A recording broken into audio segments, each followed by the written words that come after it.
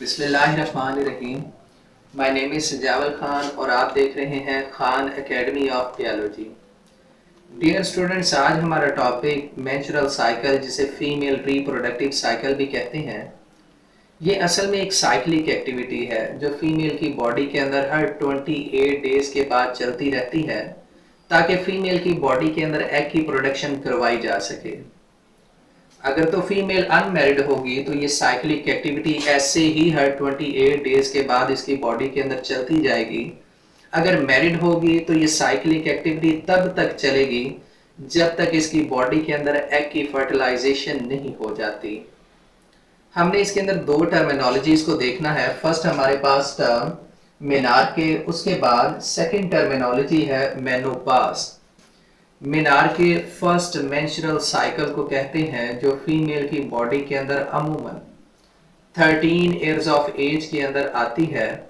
उसके बाद menopause last menstrual cycle को कहते हैं, जो अमूमन 40 और 40 प्लस ईयर ऑफ एज के अंदर आएगी। अगर फीमेल की बॉडी के अंदर मेनोपाज आ चुका है तो ये एग प्रोडक्शन की सलाहियत बिल्कुल नहीं रखेगी।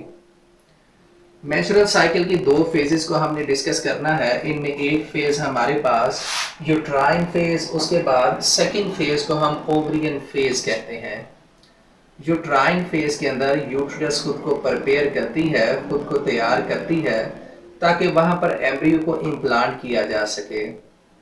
और ओवरियन फेज के अंदर जो फॉलिकल्स डेवलप करते हैं या फीमेल की ओवरी के अंदर बनते हैं, ये एग की प्रोडक्शन करवाएंगे। ये दोनों हमारे पास फेजेस कैसे होती हैं, हमने इन दोनों फेजेस को इस ग्राफ की मदद से समझने की कोशिश करनी है। यहाँ पर ये जो आपको रेडिश सा ग्राफ नजर आ रहा है, ये हमारे पास यूट्राइन साइकिल को शो करेगा। उसके बाद यहाँ पर आपको ये ब्लैकिश सर्कल नजर आ रहे हैं, ये हमारे पास इस ओवरियन साइकिल को शो करेगा।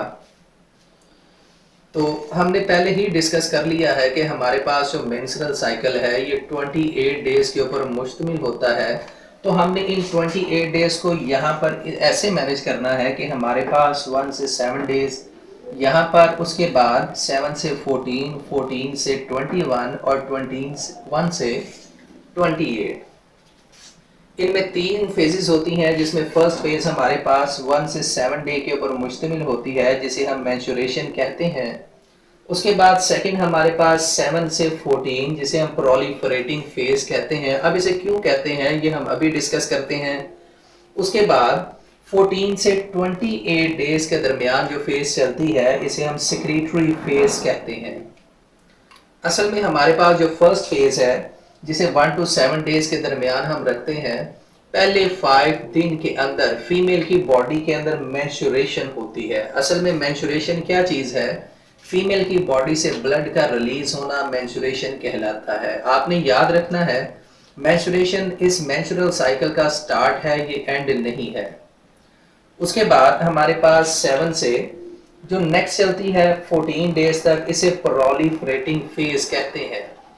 प्रोलिफरेटिंग फेज के अंदर हमारे पास जो एंडोमेट्रियम मेंस्ट्रुएशन में टूट चुकी थी और टूटने के बाद in the form of blood body से बाहर रिलीज हो चुकी थी, ये दोबारा से प्रोलिफरेट करना, दोबारा से बनना शुरू हो जाती है, ताकि यूट्रस की वाल के अंदर एंडोमेट्रियम को दोबारा बनाया जा सके। ये हमारे पास डियर स्टूडेंट्स, जो आपको थिक रेडिश ये लाइंस नजर आ रही हैं या पार्ट नजर आ रहा है, ये एंडोमेट्रियम है, जो कि 1 to 5 डेज के अंदर ब्रेक कर जाता है और उसके बाद दोबारा से ये प्रोलिफरेट करेगा और यूट्रस की वाल को तैयार करेगा, ताकि वहां पर एंडोमेट्रियम बन सके। जैसे जैसे दिन गुजरते जाते हैं, एंडोमेट्रियम थिक होती जाती है और ये वैस्कुलराइज होती जाएगी, इसके अंदर वेसल्स की एडिशन होती जाएगी। अब ये थिक और इसके अंदर वैस्कुलराइजेशन कैसे आती है, दो हार्मोन्स ये काम करते हैं, वो हम अभी डिस्कस करते हैं। तो यहाँ पर आपसे एक और सवाल भी पूछा जा सकता है कि एंडोमेट्रियम की थिकनिंग मैक्सिमम कब होती है, तो आपने बताना है 21 से 28 डेज के दरमियान। मैक्सिमम 21 के ऊपर होती है और 21 के बाद ये डिक्रीज होना शुरू हो जाती है। अगर तो फीमेल हमारे पास अनमैरिड है, ये 28 डेज के बाद ब्रेक करेगी और मेंस्ट्रुएशन की फॉर्म में बॉडी से बाहर रिलीज हो जाएगी। अगर फीमेल मैरिड है, एग फर्टिलाइज कर गया है, तो ये एंडोमेट्रियम ऐसे ही मेंटेन रहेगी ताकि इसकी वजह से जो एम्ब्रियो इम्प्लांट होता है यूट्रस में वो महफूज रह सके। तो ये कौन से दो हार्मोन्स हैं जो इस एंडोमेट्रियम को सिंथेसाइज करते हैं, इसे थिक करते हैं, इसे वस्कुलराइज करते हैं? हमारे पास फर्स्ट हार्मोन जिसे एस्ट्रोजन कहते हैं और सेकंड हार्मोन प्रोजेस्टेरॉन है। ये जो आपको ब्लैकिश लाइन नजर आ रही है यहाँ पे, ये एस्ट्रोजन है जो 14 डे से पहले मैक्सिमम रिलीज होता है, उसके बाद इसकी कंसंट्रेशन आहिस्ता आहिस्ता कम होना शुरू हो जाती है। उसके बाद ये जो ब्लू लाइन आपको नजर आ रही है, ये प्रोजेस्टेरॉन है जो फर्स्ट 14 डेज के अंदर कम रिलीज होता है और 14 डेज के बाद इसकी कंसंट्रेशन बढ़ना शुरू हो जाती है। असल में एस्ट्रोजन क्या करता है, एंडोमेट्रियम की सिंथेसिस को इनिशिएट करता है, एंडोमेट्रियम को बनाने में हेल्प करेगा और उसके बाद इसमें वस्कुलराइजेशन करेगा। यहाँ पर हमने ये लिखा हुआ है कि एस्ट्रोजन राइपन्ड फॉलिकल से रिलीज होते हैं। ये क्या करेगा, ये एंडोमेट्रियम को सिंथेसाइज करेगा, इसके अंदर वेस्कुलराइजेशन यानी वेसल्स को ऐड कर देगा और फीमेल के सेकेंडरी सेक्स कैरेक्टरिस्टिक्स को कंट्रोल करेगा। तो जैसे ही एस्ट्रोजन हमारे पास एंडोमेट्रियम को मैक्सिमम थिक कर देता है, इसके अंदर वेसल्स को ऐड कर देता है, तो हमने जरूरत पड़ती है कि इस एंडोमेट्रियम को मेंटेन रखा जा सके। तो तब यहाँ पर प्रोजेस्टेरॉन हार्मोन ज्यादा रिलीज होता है ताकि ये एंडोमेट्रियम को मेंटेन करे और प्रेगनेंसी को मेंटेन करने के लिए यूट्रस को तैयार करे डियर स्टूडेंट्स। तो ये दोनों हार्मोन्स मिलके इस एंडोमेट्रियम को मेंटेन करते हैं। और ये प्रोजेस्टेरॉन हार्मोन निकलता कहाँ से है, ये रप्चर्ड फॉलिकल या प्लेसेंटा से।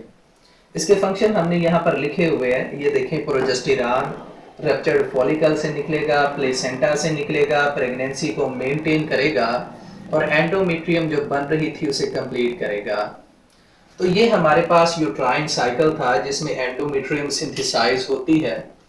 उसके बाद नेक्स्ट हमने देखना है ओवरियन साइकिल, जो ओवरीज के अंदर होता है। और ओवरीज के अंदर आपको पता है कि एग की प्रोडक्शन होती है और ये भी दो हार्मोन्स की वजह से होगी। इनमें एक हार्मोन हमारे पास है FSH जिसे फॉलिकल स्टिमुलेटिंग हार्मोन कहते हैं।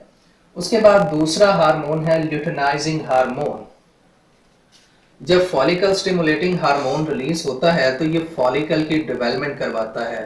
यहाँ पर आपको ये जो ब्लैकिश सर्कल नजर आ रहे हैं, ये फॉलिकल्स हैं। इन फॉलिकल्स के अंदर रेडिश कलर का एग डेवलप कर रहा है। जैसे ही 14 डेज आते हैं तो यहाँ से ल्यूटेनाइजिंग हार्मोन इन फॉलिकल को रप्चर करता है और रप्चर करने के बाद यहाँ से एग को रिलीज करवा देता है, जिसे हम ओव्यूलेशन कहते हैं।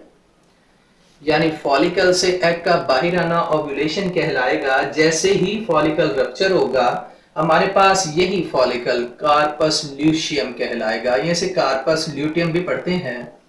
तो ये कार्पस ल्यूटियम क्या करेगा, येलो कलर का एक स्ट्रक्चर बनाना शुरू कर देगा और आहिस्ता आहिस्ता ये डीजेनरेट होना शुरू कर देगा।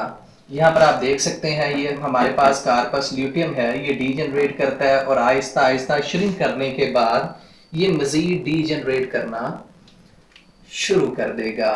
अब ओव्यूलेशन के बाद हमारे पास अगर तो फीमेल अनमैरिड है तो ये एग क्या होगा, इसकी बॉडी से डिस्चार्ज होगा, एंडोमेट्रियम टूट जाएगी और मेंस्ट्रुएशन के जरिए ब्लड इसकी बॉडी से बाहर चला जाएगा। अगर तो फीमेल मैरिड होगी, एग की फर्टिलाइजेशन होगी, एग यूट्रस के अंदर इम्प्लांट होगा और एंडोमेट्रियम भी मेंटेन रहेगी स्टूडेंट्स। उसके बाद यहाँ पर हमारे पास ये 1 से 28 डेज है। हमने दो फेजेस के अंदर इन्हें डिवाइड किया हुआ है। एक हमारे पास प्री ओव्यूलेटरी फेज यानी ओव्यूलेशन से पहले के जो 1 से 14 डेज है, इन्हें हम प्री ओव्यूलेटरी फेज भी कह सकते हैं।